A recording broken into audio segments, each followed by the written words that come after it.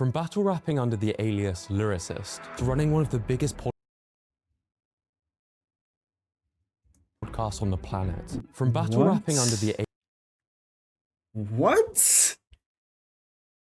Battle rap, that fella.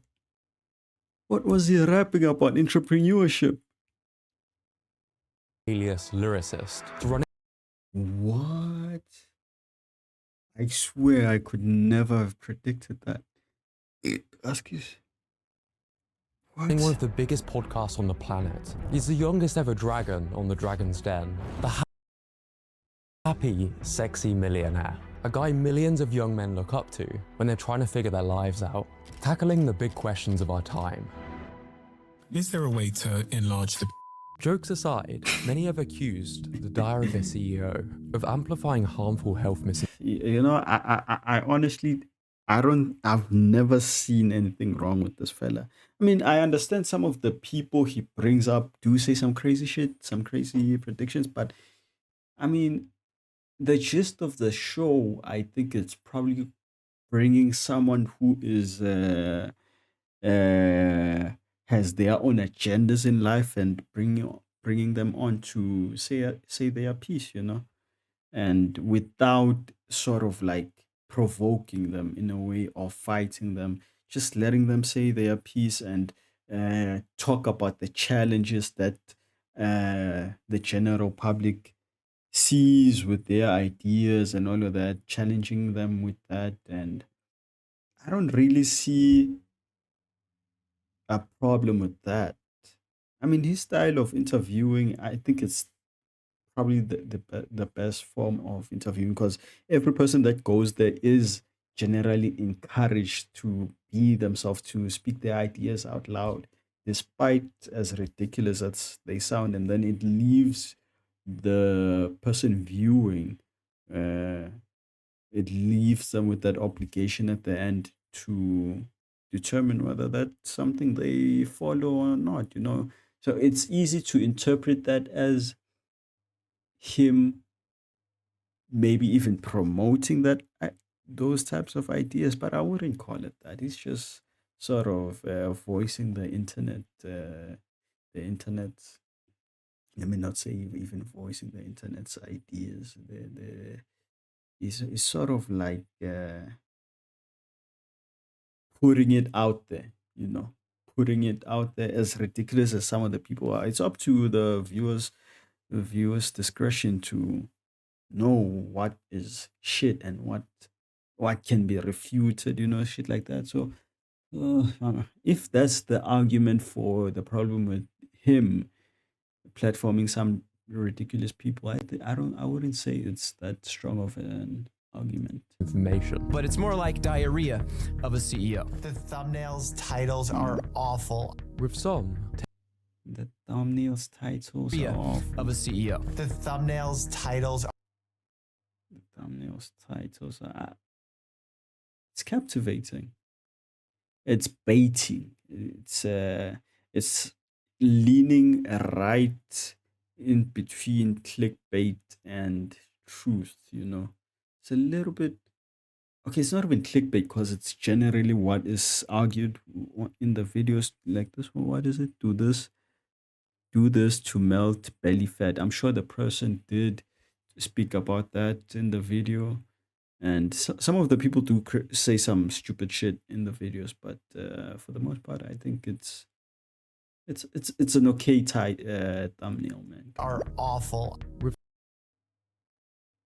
some taking these concerns further. Stephen Bartlett is one of the most dangerous men on the internet. Huh. At the very least, some of the Serious? claims made on the show are ridiculous. So, for example, gluten can cause everything from osteoporosis to autism to schizophrenia to rheumatoid arthritis. We also But the thing is, he's not agreeing with some. Okay, let me listen. Man. I don't think he's not agreeing with some of increase these. in testosterone just from somewhere between a 13 to 15 hour fast. Let's talk about creatine. Phenomenal research shows. Are people having a problem with him platforming these people?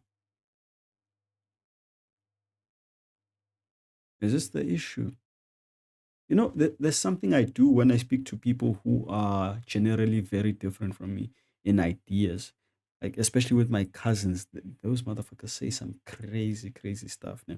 But you'd never really catch me. Like, for instance, recently there was a funeral and I was spending a lot of time with them, and we'd sit by the fire, me and my cousin, and he'd speak about his ideas on the world.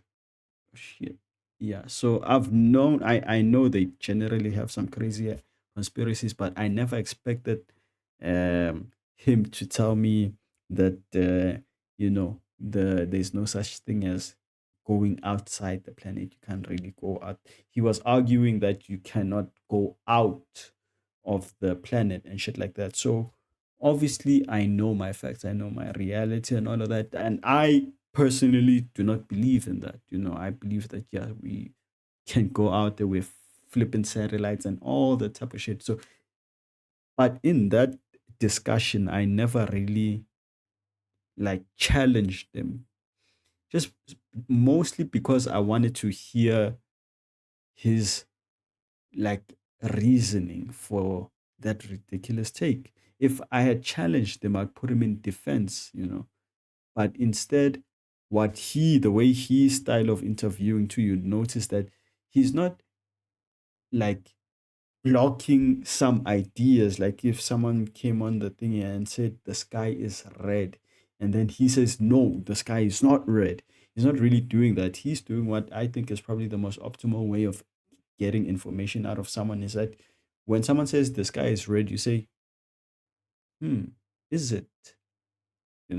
How is it? You get more information out of that. Now, it's easy for a person from a distance to now look at you and say, oh, he's agreeing with that. But no, I don't think it's that. So the same thing when I was sitting with my cousin, I was essentially, he was telling me, arguing it wholeheartedly that, yeah, there's like, it's impossible to go out the planet, shit like that. It's all lies. It's like, oh, really? Yeah, that's very interesting. That's what I was saying. That's very interesting. At no point in time did I change my mind and say, yeah, you know what, he's speaking the truth. But I wanted to hear his side of it. So the argument that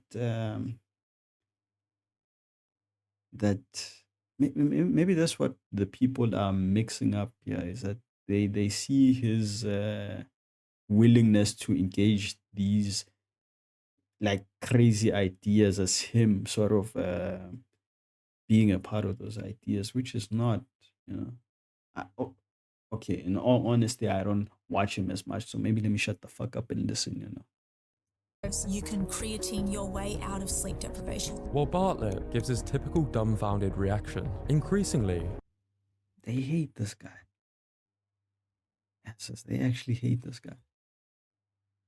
health experts have expressed their concerns. How much public health damage can a single podcast do? Is he really that bad? The Times went after the money. The BBC went after the medical claims. But nobody has focused on the origin story and the deeper system, which incentivizes this hyper-optimization of attention, even if it means platforming nutcases and spreading highly questionable claims. Your island's only last hope when it comes to rapping, and considering the fact you're such a blatant cabbage, Ireland are gonna lose another precious vegetable like the potato famine. That's Stephen Bartlett, aged 18, battle rap. Yeah, this is absolutely shocking. What? He did 3 documented battles on Don't Flop and then walked away, probably for the best, because around 8 years later, this same guy was running a company valued at 186 million euros. But at What? 18, he was running a company Wait, he's actually successful. valued at 186 million euros. But at 18, he was broke, shoplifting pizza to eat. It was like survival. Like I was either going to be successful or I was going to be successful. There was not a plan B option. He'd caught on to something that most older people hadn't. Teenagers on Twitter were pulling more attention than national newspapers. So he teamed up with a student called Dom, who had experience growing the Student Problems Twitter meme page. They had a pretty simple idea. So I said to myself, what I need to do is own all the Facebook pages, all the Twitter pages. Went around the country in 2012, 2013, met every young kid that had built big social media pages, 7, 8 million followers. And that's what created this chain of social media pages. Social chain.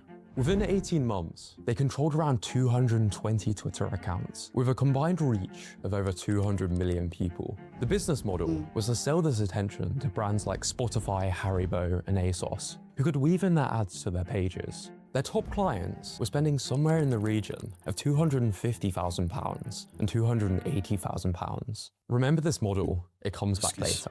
BuzzFeed ran a couple of critical pieces on how Social Chain operated. First, they focused on how many of the posts weren't entirely original. They were lifted from other platforms like Tumblr. And secondly, many of the accounts were running unmarked ads. While this does allow it to look more like a natural recommendation, so it probably converts better, it's also quite misleading, and they received a warning for doing this. Then there were the creative marketing stunts, like the time they faked a list campaign pretending to sell dogs as fashion accessories. People called it disgraceful and the RSPCA got involved, with many calling the company out for what you might call black hat marketing, aggressive deceptive tactics to gain quick visibility. It's all a bit of a grey area, but Social Chain were undeniably slick and effective with their social media marketing. In October 2019, the agency merged with a German company called Lumaland, who sold beanbags and mattresses. The combined company became Social Chain AG, with Bartlett being one of the 3 co-CEOs. But reaching the top of the mountain wasn't what Bartlett expected it to be. At 18 years old, when I dropped out of university, I write in the first page of my diary, my goals before I'm 25 years old. Bear in mind, I'm stealing Chicago Town pizzas to feed myself at this point. Number 1, I'm going to buy a Range Rover Sport. Number 2, I'm going to be a multi-millionaire. Number 3, I'm going to get a 6-pack. And number 4, I'm going to get a girlfriend.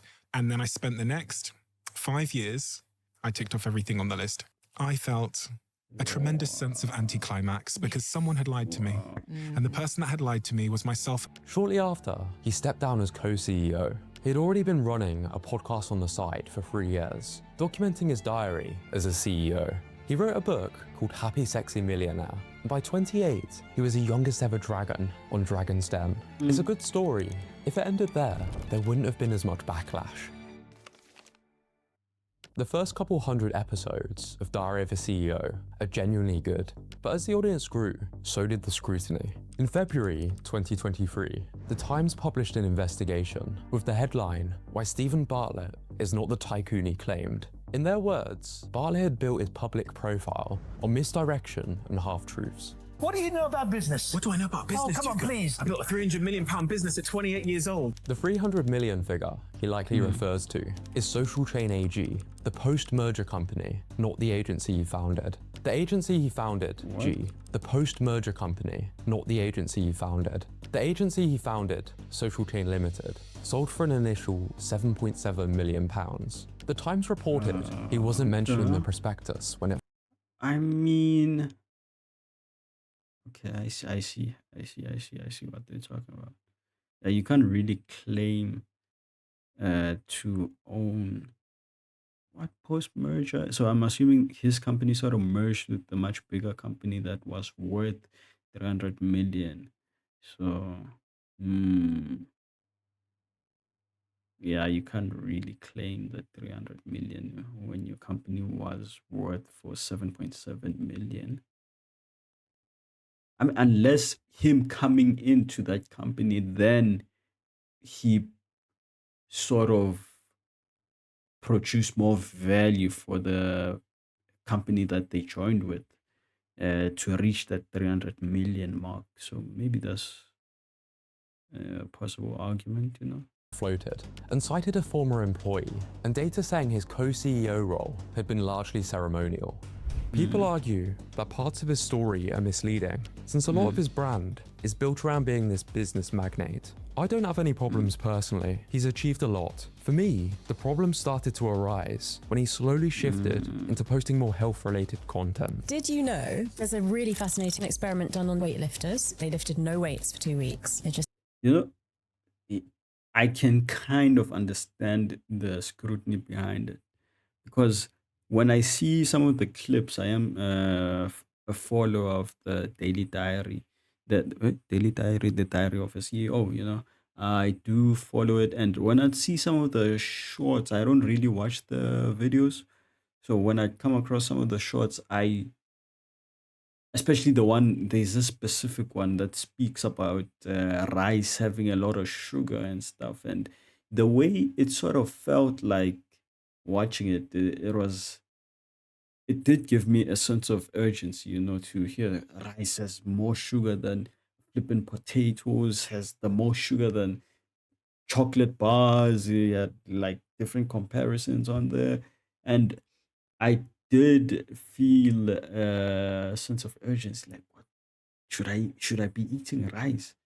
Rice, the carbs in rice actually turn into flipping sugar. That's like sugar on steroids. What am I supposed to eat now? The alternative, pap. Can I eat pap now? Pap also has a lot of carbs too. They turn into sugar. It was dosing my mind with that sort of fear of these basic things that we've been eating all our lives, And I think that's probably what he's trying to argue here, is that input into the internet is sort of creating a sense of misinfo or lack of proper information for those things. But I also do think that if like those are probably the things that he uses, the tools he uses to capture people's attention onto the thingy, the videos themselves. But yeah, in another lens, you can argue that it is sort of spreading a type of misinformation. Sat there and they visualized themselves lifting weights. They had a 13% increase in muscle mass. That 13% muscle mass one did 17 million views. Oh, So they okay. doubled down, more dramatic intros, featuring impressive claims. One bite of food after 6 o'clock is worth 10 bites of food before noon. Bartlett's role on the podcast also overlaps with his investments. He began mentioning Huel on the podcast. I've got really into the iced coffee caramel. Make sure you try the new ready-to-drink flavors.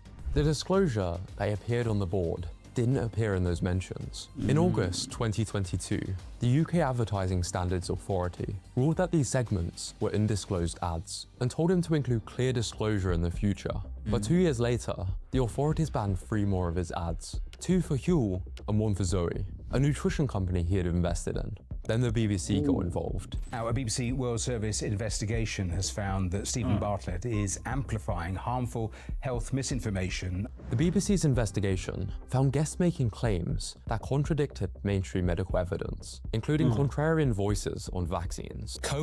Oh, interesting. So they are arguing that it's sort of like if I had a platform, maybe let's say a large platform, then the people I'd bring onto the show, I could be held liable for it. But the problem is, let's say I make a show that is based off of having ridiculous, like crazy people onto the show, and you say you critique me on bringing crazy people onto the show, but the show itself is the premise of the show is to bring crazy people onto the show. So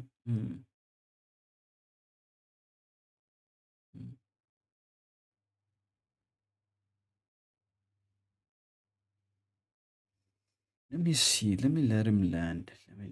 Vaccine introduction has had a catastrophic net negative effect on society. As well as a doctor, fear-mongering by likening modern cancer treatment to medieval cures. With medieval, I call it medieval approaches to this. Are you kidding me?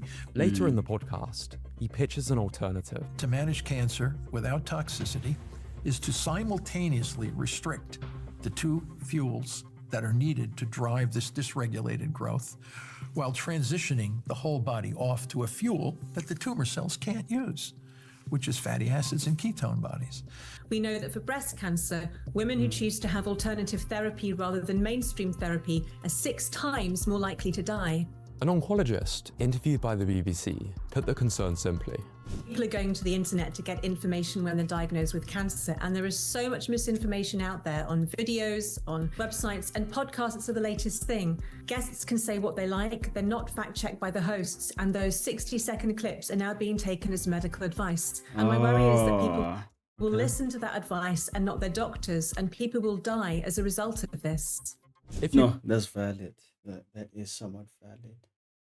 But it's a very it's a It's a confusing problem though, because I kind of understand both sides of it.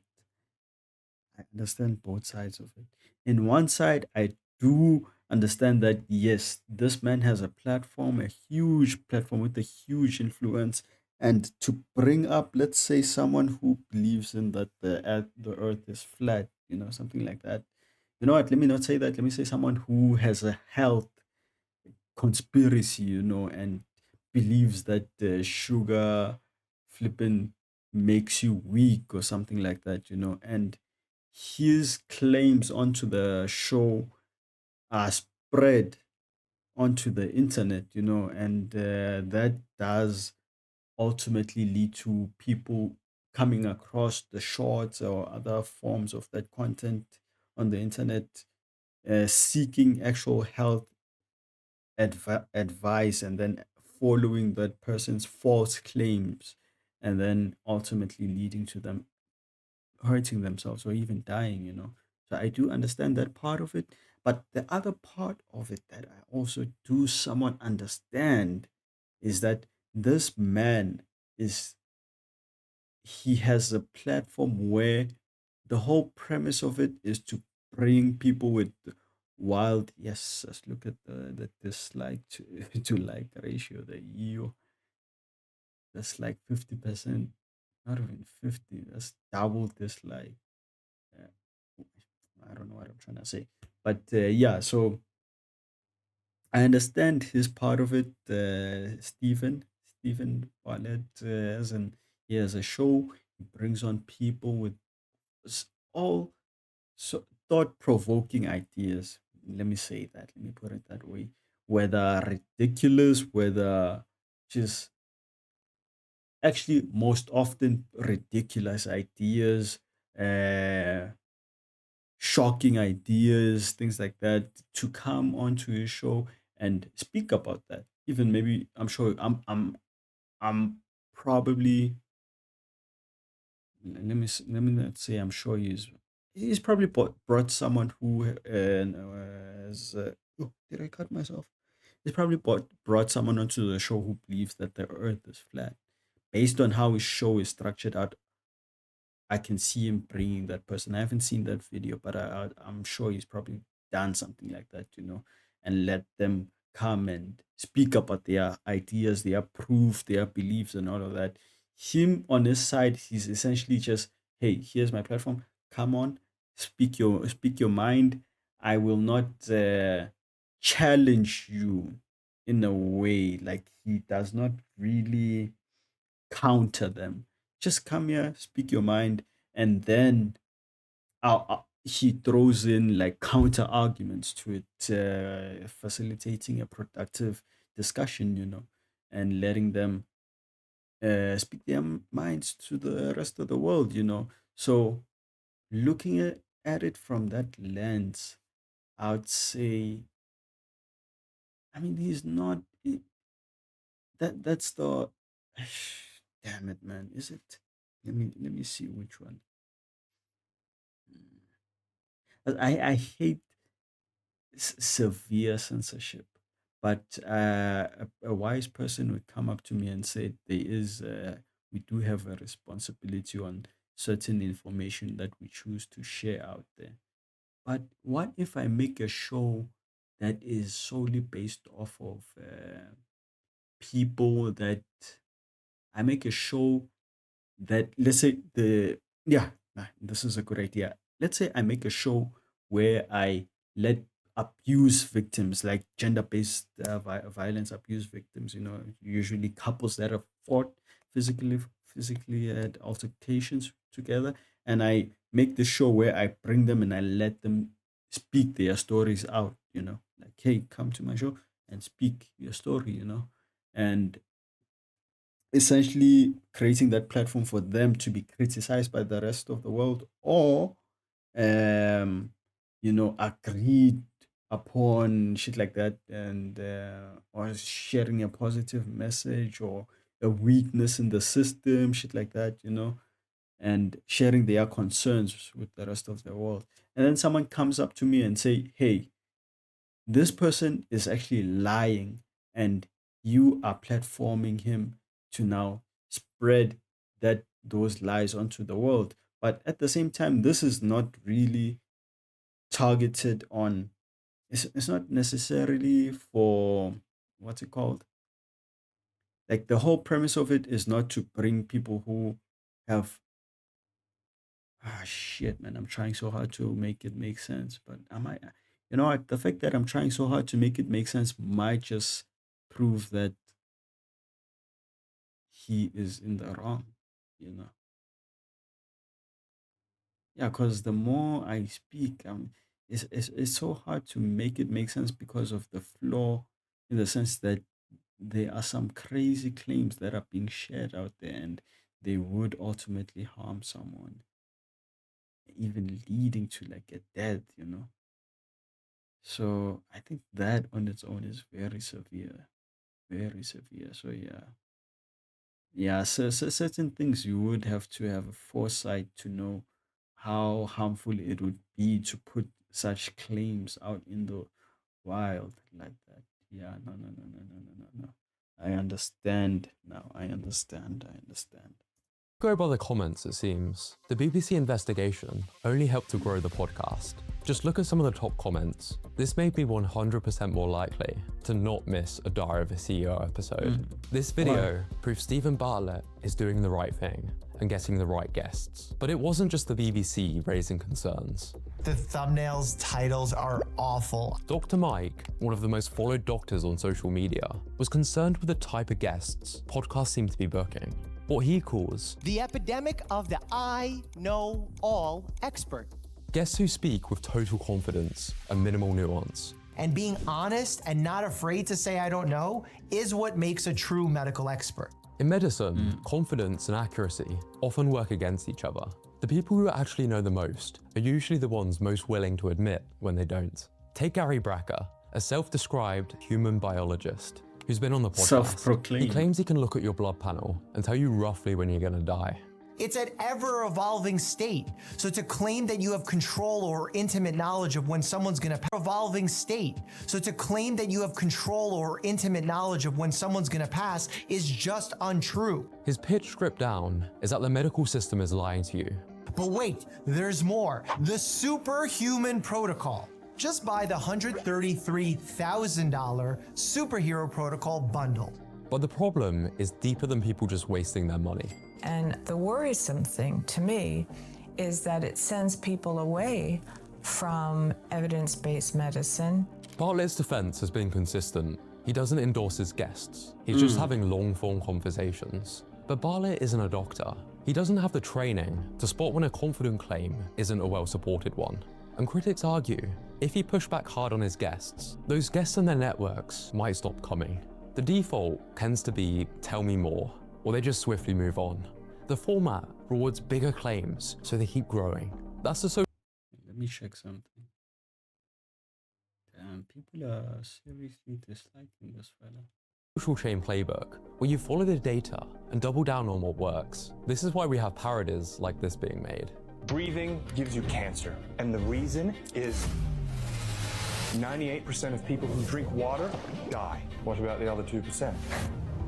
I've been dying to talk about this. This relentless hyper-optimization for attention is how we've ended up with thumbnails like this, featuring the so-called sex choking during sex is the new normal.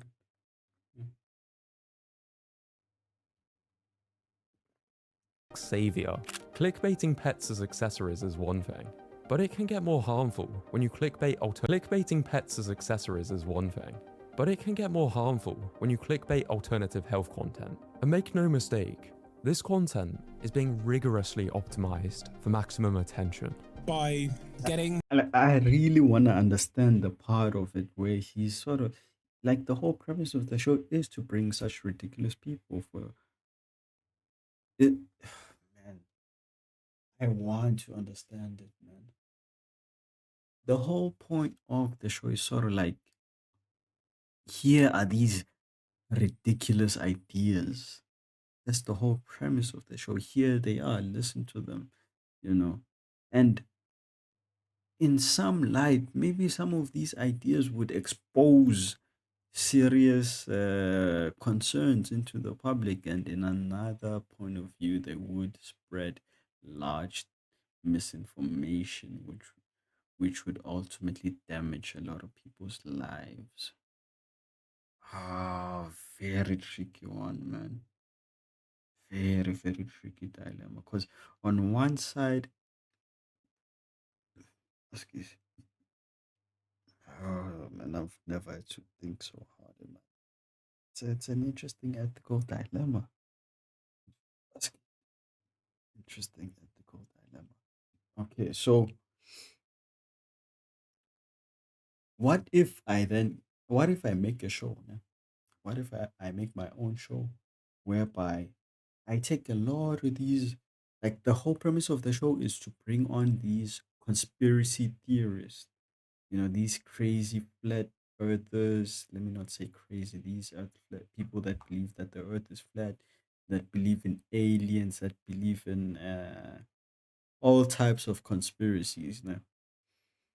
And I say I'm gonna make my show whereby I let these people speak out their ideas. What proof do they have? What evidence do they have of this? In efforts to not sort of silence those beliefs in a way. And then by doing that, someone comes up to me and said, the show that I've created then skyrockets and becomes extremely popular. And then someone comes up to me and says, hey, you are spreading misinformation.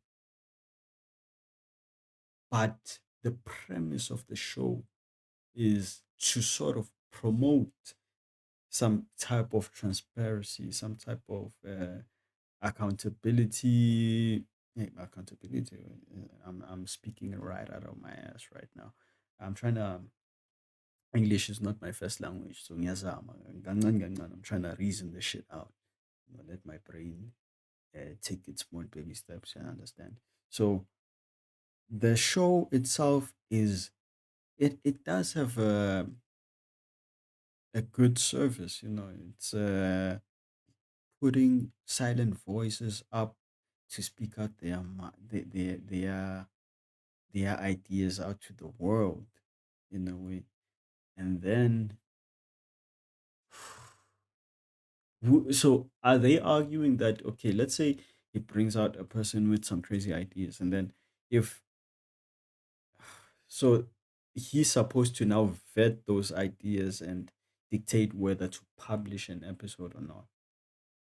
If the person, let's say he brings out a person who believes that the earth is flat, for instance, and then he's supposed to then vet his claims, the person's claims of those ideas, and take out harmful ones, harmful claims of those ideas, or perhaps even not publish some of those interviews with such people because of the harm it may cause onto the world. But that's just a form of silencing. That's a form of not. It would create less less of an idea of Jesus, your English, Baba. My brain is working overtime. Yeah, it's pissing me off. But what I'm trying to argue is that you want to live in a world where people are challenging each other. Sort of like, what if the general things that we wholeheartedly believe in right now are actually false? And then it would only take a person with those ridiculous ideas coming out and pointing out those weaknesses. But when now these claims being made against Stephen then come up and say, hey, he cannot voice out those people. You can't bring those voices because we know the truth, and our truth is the right truth. And then it would create a sort of it would, I don't know how severe it would be, but less ideas would be spread out there that would be less challenging. There would be just a one belief system, essentially. That's what would happen, a one belief system. that this is the truth. If everything else, everyone must think like this. Everyone must understand this is the way everything should work. And voicing out every other possible alternative ideas that different people may have. I think that's a problem. Yeah, that I may argue that's a problem. Very plain definition example of this. Let's say the medicine, very popular medicine that is prescribed to a lot of us, for instance, paracetamol. Paracetamol, it's a, what's it called? It's a painkiller. It's a painkiller. Very popular that they dish out for pain, moderate pain, very effective. And I've heard from a lot of educated people that when I was searching it up, not a lot of them, but they do state that they don't fully understand how it works, but they know that it's effective, very effective and very safe for consumption and all of that, And that, okay. I see my flaws now, but I'm gonna continue. I see my flaws on that idea. So that idea of the paracetamol, and the people that have researched it, right, and saying this is how it is, right. So what these people are arguing is anyone else who sort of, I see my flaws now. I do see my flaws. I do see the flaws in my idea.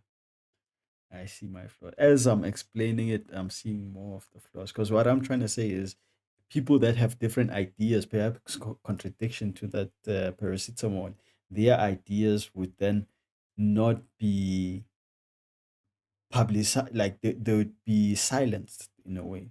Let's say I then come up and say, hey, this drug is actually bad and shit like that. But the problem with that type of, so what I was trying to argue is that those people should also be voiced out so that they can challenge the theories of these people. But the problem is these people have actually researched a lot of intensive research and more qualified, more educated in this field, and then comes up a person with not even any basis of education in that field, just coming up with claims and being platformed,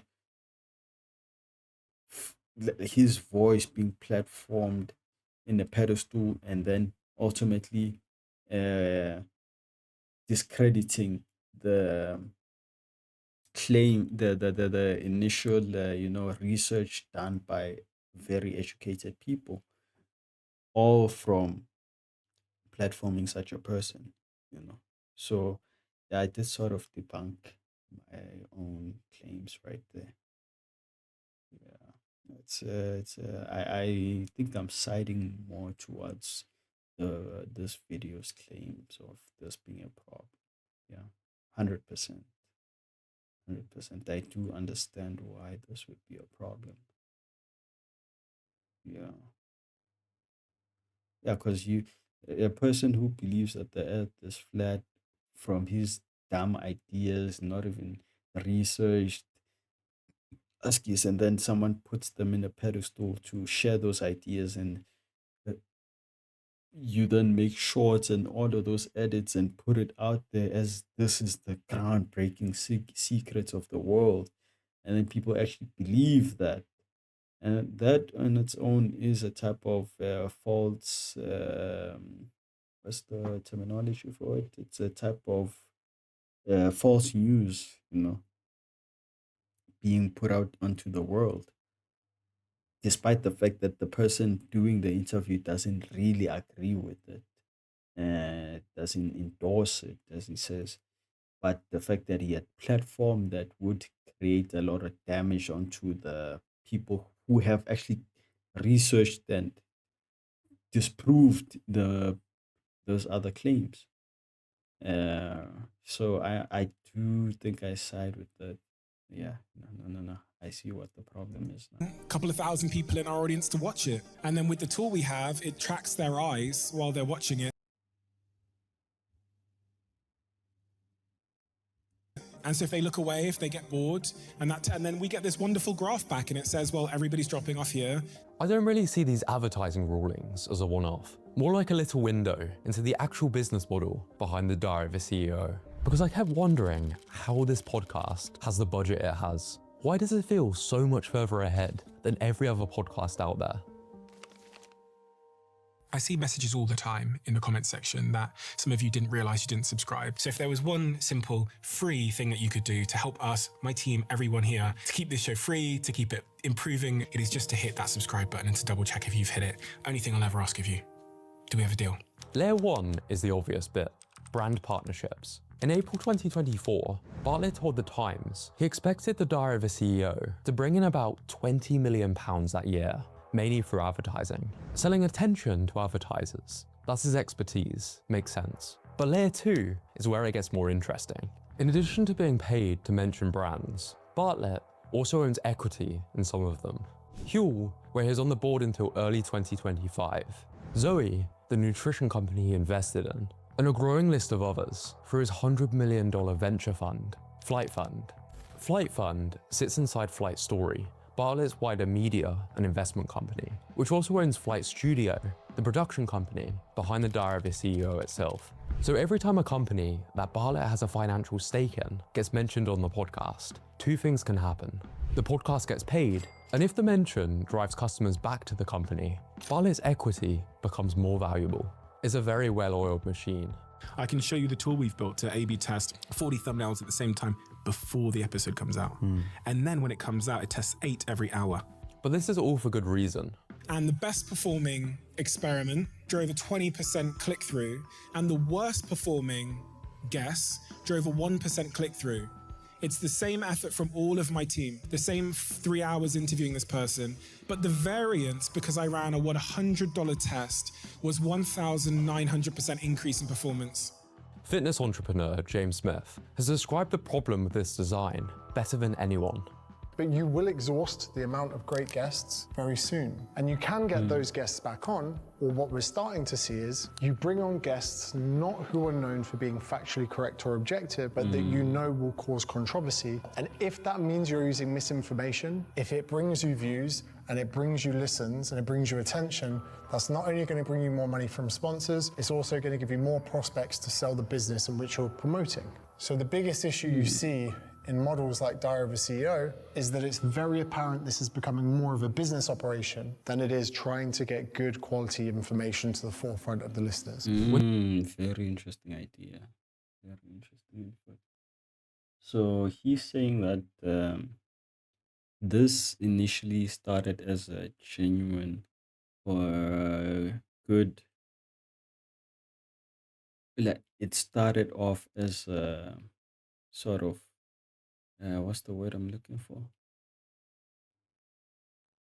What's the word I'm looking for? Your vocabulary. So the premise of the show was to put out these people who have had good achievements, some actually good guests, if I may say, and let them speak their ideas out there. And then over time, those quality guests, let me say quality guests, over time they do reduce, they come less, and eventually you start to have a problem getting people to come, especially on a show like his where he has it's solely based off of having guest people to speak their minds. Over time, you'd have to resort to less factually correct people with crazy ideas, and in a way that ends up being a problem because those crazy ideas would also drive up more views, in a way.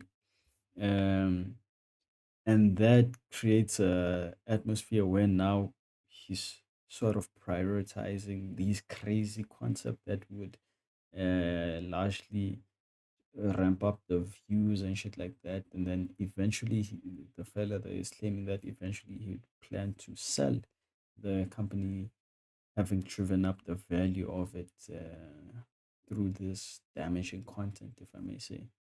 The target is clicks and clicks reward controversy. The system doesn't accidentally land on nuance. In November 2024, Diary of a CEO hit 1 billion streams across platforms, the first UK podcast to get there. And it's kind of genius. Every clip of a doctor calling a guest on the podcast out drives more traffic to the episode in question, which pushes more ads, which lifts the brands he owns equity in.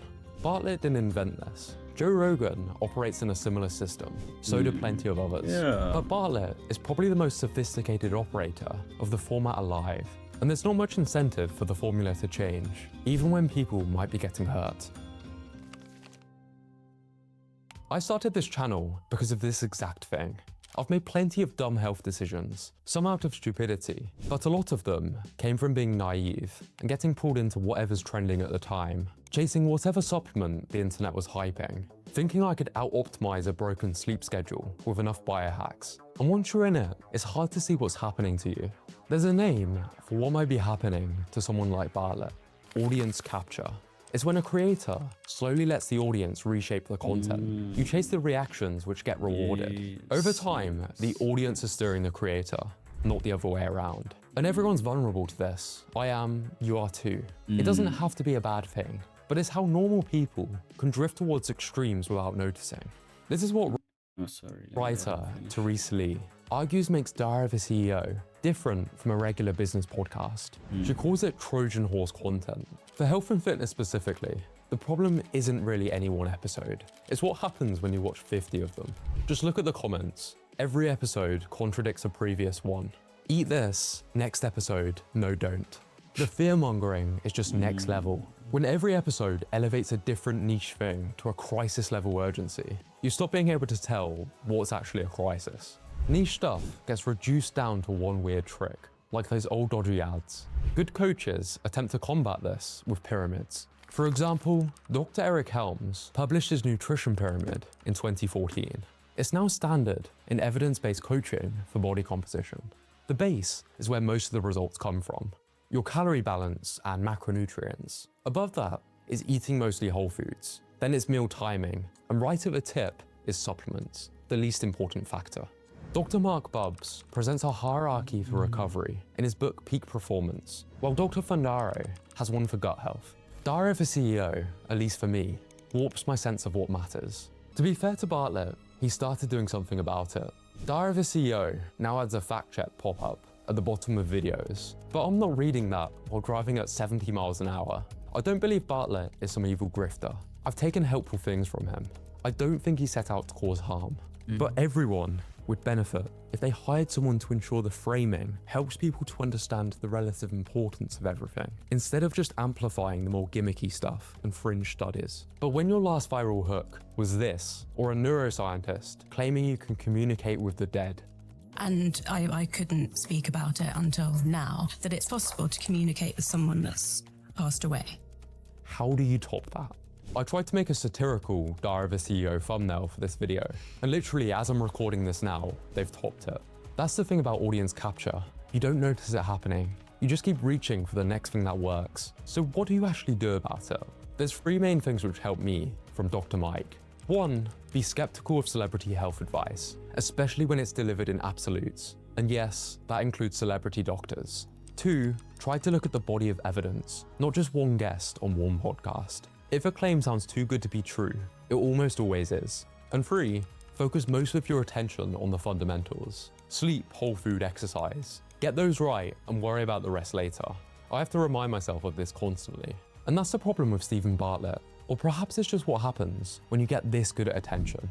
Unlike a business where you can afford to make mistakes and experiment more, you only get one body. What we want and what we need are often different. I'm going to be attached to what the customers want, not what I want them to want. And they're very, very different things. I'm not sure he's wrong about that.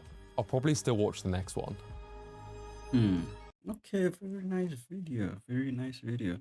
The main issue that I saw towards the end is that this is essentially sort of like a situation where a person grows his when you start out making, let's say, content and shit like that, you have your own ideas, that you'd want to put out there, and as it grows, it's possible for the audiences that you do attract to start influencing your own personal inputs into what you want to produce into the interwebs. And you see that a lot with many creators, such as Mr. Beast is a good example of that. How his initial videos was just him straight up not caring, Mr. Beast's actual initial videos, that not the first like gaming videos I'm talking about, like where he started popping, it was essentially him not caring and just doing fun shit, like, hey, it's just a group of boys and we're just gonna throw money at random shit, care without much care like that. And it was captivating even for someone like myself. I did actually watch a lot of those initial, filling a flipping house with what's those little jellies or whatever, because why the fuck not. And I was captivated by that. And then over time, the audience that he had started to attract started to have a change into the content that he makes to what we see him as now. Right now, it's just pure kids content that I honestly find it challenging to even sit through. It's just not. It's a whole organization structured towards what the audience that he had amassed is looking for in a way, and essentially abandoning the initial things that brought him to where he is. So that might be the same case for this fella here.